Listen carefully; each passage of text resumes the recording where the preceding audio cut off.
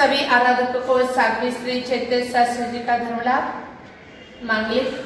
नमो अरिहंताणं नमो सिद्धाणं नमो आयर्याणं नमो वैसायाणं नमो लय सब्बसाहणं एसो पंचन मुक्कारो सर्वभावप्रणाशरणं मंगलार्णं च सर्वैसिं परिमं हवै मंगलम्। अज्ञानतिमिरान्धान ज्ञानाञ्जनशलाकया नेत्रोन्मीलितं येन तस्मै श्रीगुरवे नमः। अचिन्त्यचिन्तामणिकल्पशाखिने विशुद्धसद्ब्रह्म समाधिशालिने दयानवायार्थितदायिने सदा नमो नमः श्रीगुरुनेमि सूर नमो नमः श्रीगुरुनेमि सूरय नमो नमः श्रीगुरुनेमि सूरय। आज का हमारा प्रवचन का विषय है अक्षय निधि तप महिमा। आज से यह तप का प्रारंभ हो रहा है। कई आत्माएं, कई आराधक आज से यह तप शुरू कर रहे हैं। देखो, तप की विधि अलग बात है, तप की आराधना का उत्सव वो अलग बात है, और तप का महत्व समझना वो अलग ही बात है। जब तक वो तप का क्या महत्व है वो नहीं मालूम पड़ेगा, तब तक चाहे अक्षय निधि कर भी ली हो, लेकिन जीवन के अंदर वो फल स्वरूप हुई कि नहीं हुई। अक्षय, जो क्षय नहीं हो, और निधि यानी भंडार, जो क्षय नहीं हो ऐसा भंडार जो प्राप्त कराता है वो है अक्षय निधि तप। उसके अंदर कुंभ की स्थापना करते हैं, ज्ञान की स्थापना करते हैं, अखंड दिए की स्थापना करते हैं, चैत्यानंद काउत्सव तप आदि अनेक विविध क्रिया करते हैं। यह करने के पीछे एक ही है कि यहाँ यह तप के अंदर श्रुत धर्म की विशेष आराधना बताई है। अभी देखो, मति ज्ञान, श्रुत ज्ञान, अवधि ज्ञान, मनप्रयोग ज्ञान और केवल ज्ञान, 5 ज्ञान है। उसमें यह तप के अंदर श्रुत ज्ञान की आराधना बताई है। क्यों? तो देखो, श्रुत से ही जीवन में बोध होता है, श्रुत के द्वारा ही ज्ञान आता है। श्रुत ज्ञान के 14 और 20 अलग अलग भेद हैं। उसके अंदर कई भाव ऐसे हैं, श्रुत यानी सुनने के द्वारा जो ज्ञान प्राप्त होता है, या अक्षर के द्वारा जो प्राप्त होता है ज्ञान, या कोई साइन के द्वारा ज्ञान प्राप्त होता है, वह सब श्रुत ज्ञान में जाता है। यह ज्ञान बहुत ही महत्व है जीवन के अंदर। आप जब भी शुरुआत करें लाइफ की, पहला शब्द माँ शब्द बोला तो भी कहां से सीखे?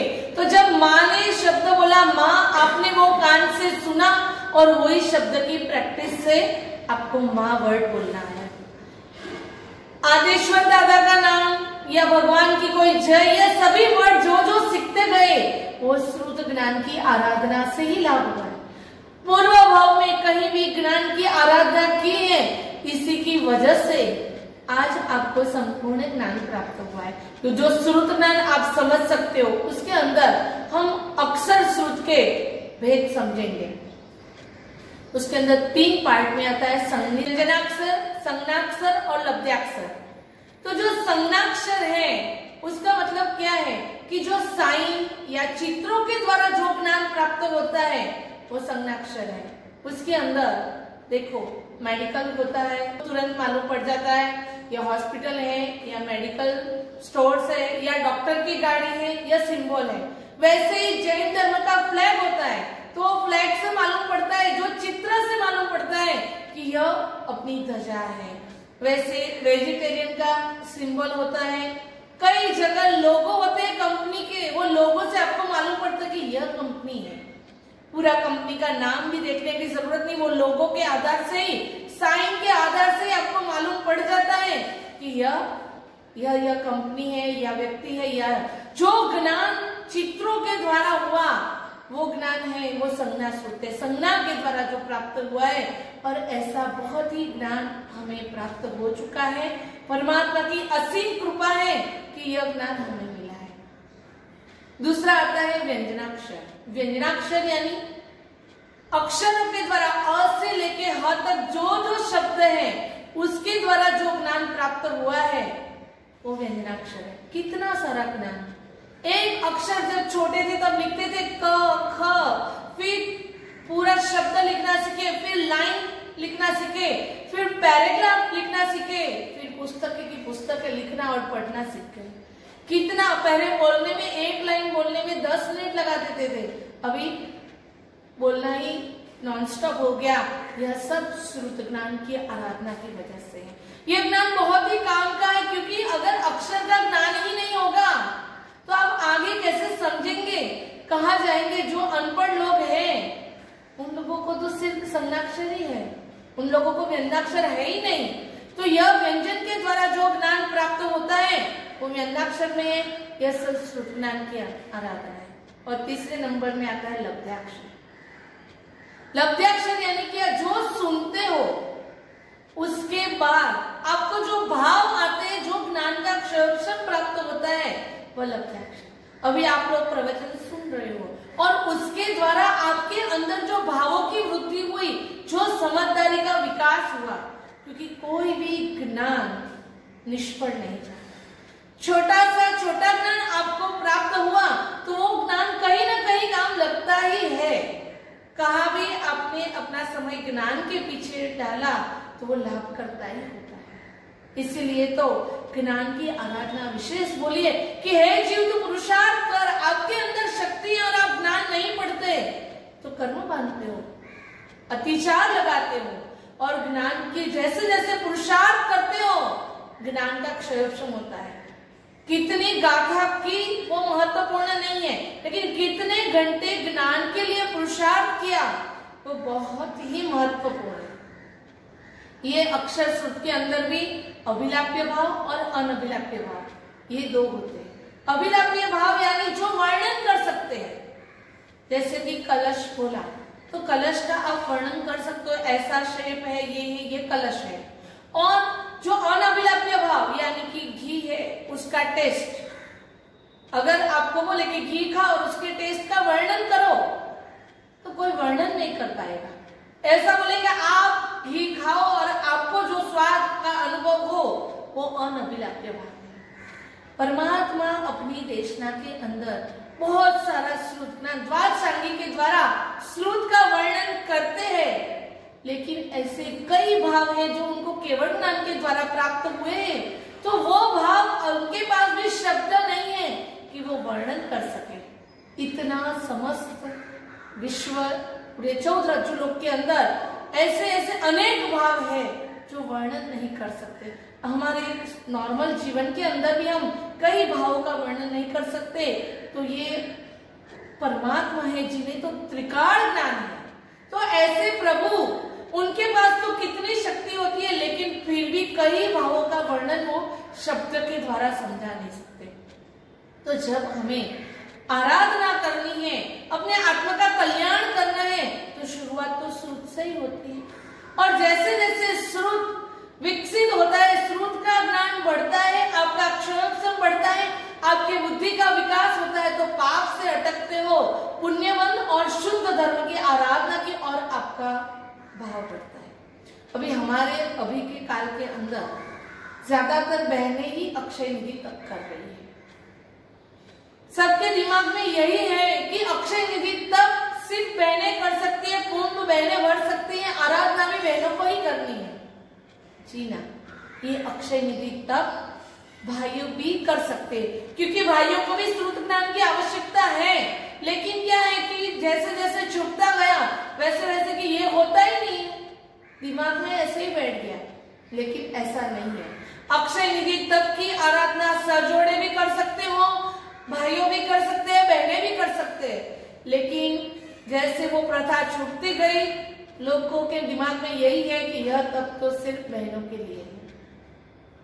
तो ऐसा अद्भुत यह तप है, उसकी तिथि भी फिक्स होती है उठाने की कि श्रावण व चौथ से ही यह तप उठाया जाता है और संवत्सरी के दूसरे दिन ही उसका पारणा होता है। ये तप की महिमा बहुत है, क्योंकि इससे ज्ञान की वृद्धि होती है।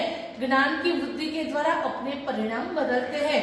परिणाम बदलेंगे तो ही मोक्ष की ओर पुरुषार्थ कर पाएंगे। अगर मोक्ष की तरफ जाना है तो यह पुरुषार्थ अवश्य करना है। मास्तुस मुनि, कुछ नहीं आता था। मातुस मारुस, यह शब्द में इतना मेहनत की, इतना मास्तुस शब्द पे ही मेहनत करते गए और उसके अंदर उनको केवल ज्ञान प्राप्त हो गया। मेहनत श्रुत की थी और प्राप्त हुआ केवल ज्ञान। देखो, शुरुआत श्रुत धर्म से ही होती है। श्रुत ज्ञान मति और श्रुत दोनों ज्ञान का पुरुषार्थ अभी हम कर सकते हैं। और जीव जैसे जैसे ज्ञान का विकास होता है वैसे वैसे उनके जीवन में परिणाम आता है। आपके संसार के अंदर भी श्रुत की बहुत ही आवश्यकता है। श्रुत धर्म की आराधना करने से आप हर क्षेत्र में सफलता पा सकते हो। अच्छी वाचा, अच्छा ज्ञान, यह सब श्रुत के कारण है। तिर्यंशियों ने देख लो, वो लोगों को ज्ञान है लेकिन उसका उतना उगाड़ नहीं हुआ है। तो यह ज्ञान अगर आपको प्राप्त हुआ है और उसका ज्यादा से ज्यादा पुरुषार्थ करेंगे तो आपके परिणाम भी बदलेंगे और आपका भाव भी सुधरेगा। तो आज अक्षय निधि तक की शुरुआत हो रही है। जो भी आराधक है बहुत ही उल्लास के साथ आप सभी क्रिया करते हो लेकिन गाथा की मेहनत नहीं करते हो। आराधना सब करेंगे लेकिन गाथा करना और उसका स्वाध्याय करना यह मेहनत नहीं है। 20 कमाशना जरूर देंगे लेकिन 20 गाथा का स्वाध्याय करने का बोलेंगे तो आप शायद बोलेंगे समय नहीं मिलता। जो आराधना जिसके लिए कर ही रहे हो उसमें आप आगे बढ़ो। ज्ञान की आशाधना को टालो और अपने कर्म खपाने का पुरुषार्थ करो। परिवार मिलकर ये तब कर सकते हैं। यह तब की विशेष रूप से आराधना करो जिससे ज्ञान की बारिश हो जाए और आपके आत्मा का कल्याण हो जाए, मिथ्यात्व टल जाए।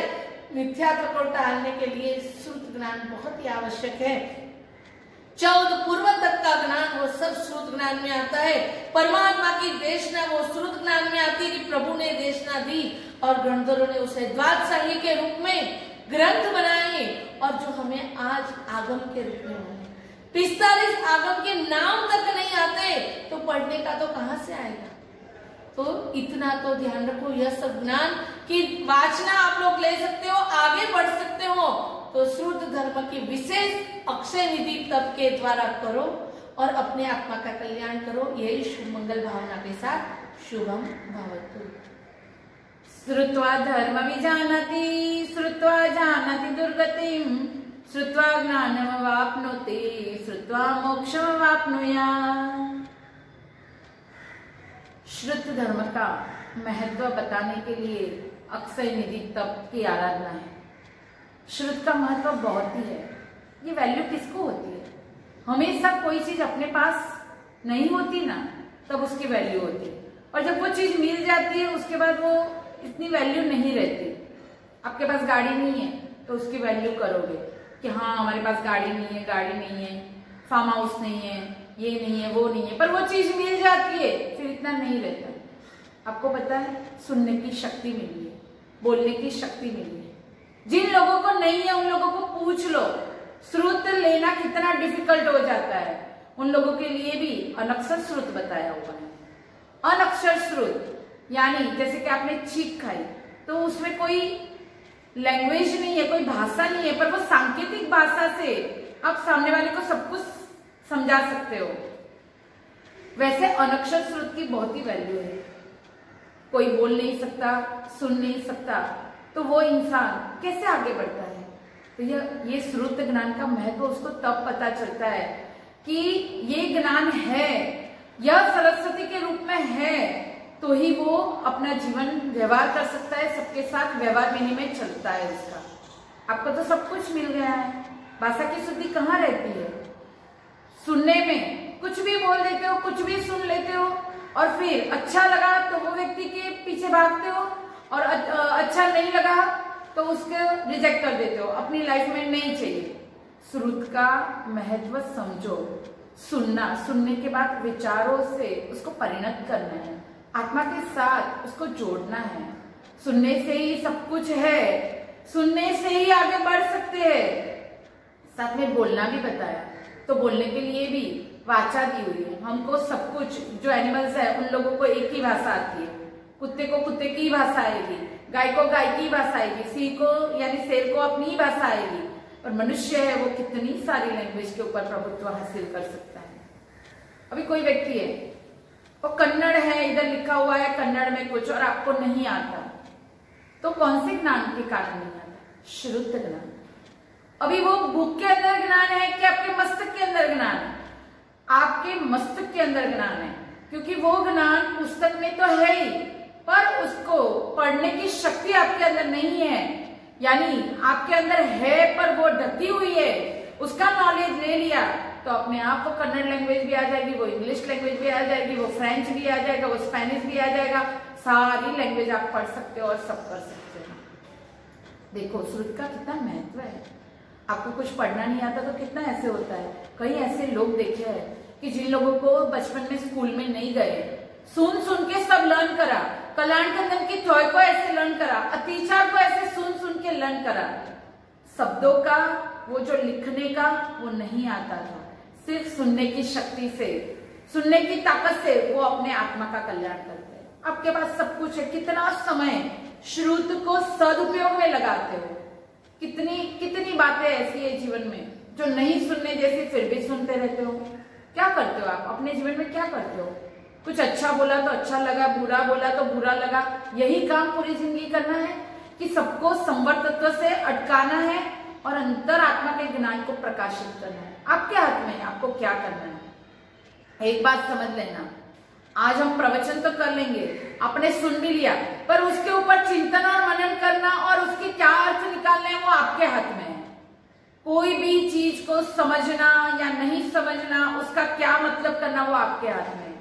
और इसीलिए श्रुत का महत्व भी है। श्रुत में भी कई चीजें ऐसी भी है, जैसे कि आप बोल रहे हंस, हंस यानी हंसना, पर ह के ऊपर डॉट लगा दिया जाए, उसके ऊपर बिंदी लगा दी जाए तो हंस हो जाता है, वो बर्ड का नेम हो जाता है।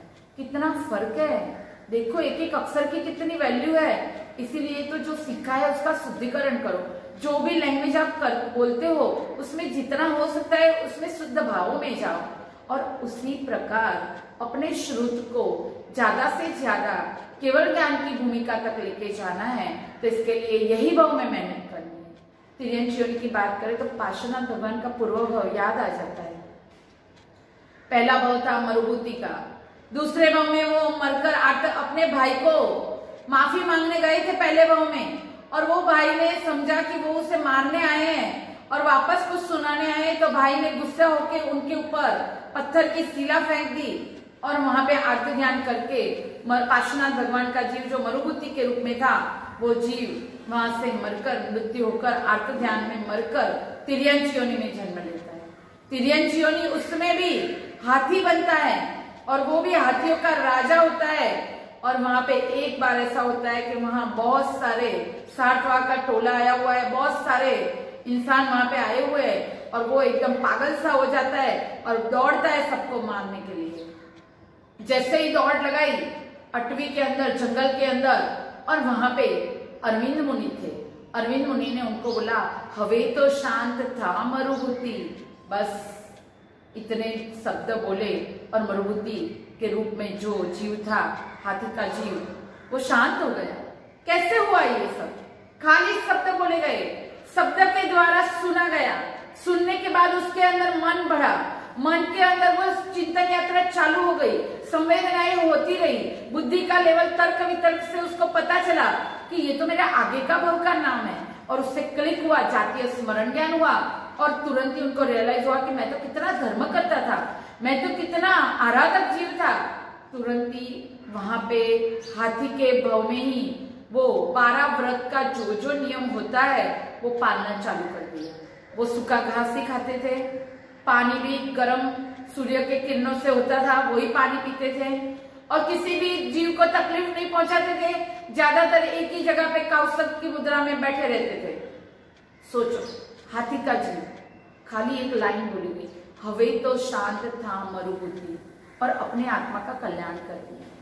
12 व्रत नहीं लिए थे, फिर भी 12 व्रत का महत्व समझा हुआ था, तो वो आगे का भव का कर्मों को श्रुत के कारण, श्रुत ज्ञान के कारण वो संस्कार जागृत होते हैं और उसके वो भव को तीर्थंकर का आत्मा बना देते हैं। सोचो कितनी ताकत है श्रुत में। पर आप क्या करते हो, सारा दिन क्या पढ़ते रहते हो? क्या आपके हाथ में ज्यादातर मोबाइल ही होता है, और मोबाइल में भी क्या, यह मैसेज आया, किसी की निंदा कुतली हुई, सीधा सेंड करोगे, फॉरवर्ड करोगे। पर उसमें एक बॉक्स भी दिया गया है, वो बॉक्स का यूज करो। वो डिलीट बॉक्स है, उसको नहीं भेजना है।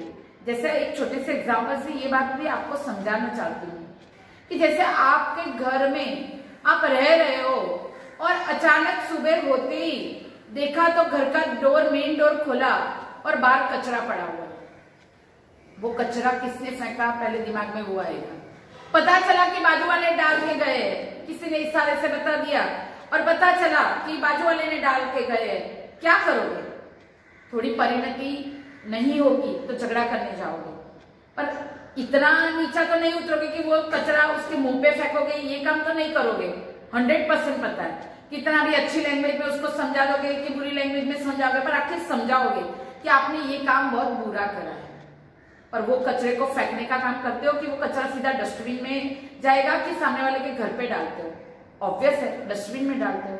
बस उसी तरह किसी की निंदा, किसी के बारे में बुरा बोला गया है, किसी के बारे में नेगेटिव थॉट्स आते हैं या किसी के बारे में नेगेटिव मैसेज आते हैं, तो आगे सेंड नहीं करना है। आगे सेंड करने से आपके आत्मा को भी कर्मबंध होता है और वो आत्मा भी अनुबंध करती रहती है। जो उसके बारे में सोचोगी, सबको पता चलता रहता है कि ये घटना हुई थी, ये घटना हुई थी। हाँ, अच्छे मैसेज है जिससे आत्मा की परिणति बदल सकती है, वो जरूर आप एक दूसरे को भेजो और आगे बढ़ो।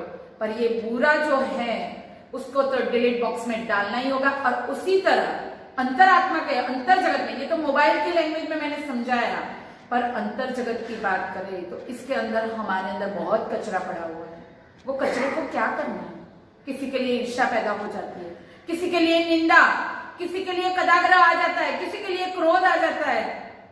क्या करना है? हे आत्मन, तू सोच ले। अनादिकाल के ये संस्कार है कि तू हमेशा सबके साथ, बुरे के साथ बुरा ही करता है और अच्छे के साथ अच्छा करना व्यवहार, ये तूने सालों से सीखा है। परंतु मनुष्य जन्म पाके तुझे ये बात फिक्स करनी है कि बुरा करेगा उसके साथ भी मैं अच्छा करूंगा और अच्छा करेगा उसके साथ भी मैं अच्छा ही व्यवहार करूंगा। वो ही सच्चा जैनी है जो सबको माफ कर देता है। और इसीलिए तो बोला है क्षमा वीरस्य भूषणम। क्यों बोला? वीर प्रभु ने हमेशा एक ही भाषा समझाई है, एक ही श्रुत दिया है, हर जीव को माफ करना है। और इसीलिए यह अक्षय निधि तप के द्वारा हमारे जीवन में क्षमापना का गुण आए, हर जीव के प्रति मैत्री भाव आए और हर जीव को हम माफ कर सके, ऐसी शक्ति आए। इसीलिए अक्षय निधि तप करना है। पर आपका तो तप हो गया, उजमना भी हो जाएगा। मेरे तो सारे इयर्स कंप्लीट हो गए और मैंने तो ये तप अच्छी तरह से कर लिया है। बस तेरे ज्ञान का उगाड़ कितना हुआ, सम्यक दर्शन तक कितना पहुंचा, वो देख। हे आत्मन, तू जाग। हर तप का महत्व होता है, वो महत्व जान और उसके अंदर डीप में, गहराई में जा। गहराई में जाएगा तो कुछ पाएगा, नहीं तो यही रूटीन में चलता रहेगा और जैसे जैसे ये रूटीन कंप्लीट होगा वापस नए रूटीन में लग जाएगा। तो तुझे तेरे आत्मा का कल्याण करना है तो ये बात सीखनी ही होगी और श्रुत का महत्व जानना ही होगा। परमात्मा ने कितने लोगों को तारा है, ये श्रुत भी कब तक? परमात्मा जब लास्ट उनका वीर प्रभु की बात करे तो उनका अंतिम समय था जब 16 प्रहर देशना दी। क्यों दी? लोगों का कल्याण करने के लिए कि उनको इतना श्रुत ज्ञान का वो जो कर्म था वो खपाना बाकी था। इतने वर्गणा जो भाषा के थे वो पुद्गल वर्गणा को खपानी बाकी थी, इसीलिए वो वर्ड्स के रूप में और सबके कल्याण के रूप में आए। कोई व्यक्ति कोमा में चला जाता है, उसकी वाचा नहीं रहती। क्यों नहीं रहती? क्योंकि उसके वो बोलने के शब्द खत्म हो चुके हैं, वो श्रुत खत्म हो चुका है। सुनने की शक्ति है, कान है, फिर भी सुन नहीं सकता, देखता है फिर भी कुछ रिएक्ट नहीं कर सकता। ये सब ज्ञान का महत्व है। सब मिला है ना, तो आत्मन जाग जा। अभी तक इंद्रिया सही सलामत है, उसका यूज कर ले, कल पता नहीं क्या हो जाएगा। 1 मिनट के बाद भी क्या होगा कोई नहीं बोल सकता। तो ये श्रुत का महत्व जान और श्रुत के पीछे मेहनत कर। हर रोज की 5 गाथा नहीं होती तो 4 गाथा, 3 गाथा, 2 गाथा भी नहीं होती तो 1 लाइन भी नहीं होती तो 1 वर्ड। हर रोज एक टर्मिनोलॉजी नई सीख, जैन धर्म की परिभाषा सीख, परमात्मा ने क्या बोला है उसको, शास्त्रों को पढ़ने के बाद चिंतन मनन कर। वो भी नहीं आता तो स्टोरी पढ़, स्टोरी के दृष्टांतों से अपने आत्मा का कल्याण कर। पर तू कर, हमेशा अतिचार तभी नहीं लगेगा जब तू पुरुषार्थ करेगा, नहीं तो हर जगह अतिचार लगाता रहता है। और अतिचार के ऊपर भी कॉन्सेंट्रेट नहीं करा तो अनाचार लग जाएगा और तुझे अनाचारी नहीं बनना है। हे आत्मन, इतना जैन धर्म मिल गया है तो तुझे आगे बढ़ना ही है और स्व के आत्मा का कल्याण करना है। तो श्रुत ज्ञान का महत्व समझ के श्रुत के पीछे लगो और केवल ज्ञान तक पहुंचो, यही शुभ मंगल भावना।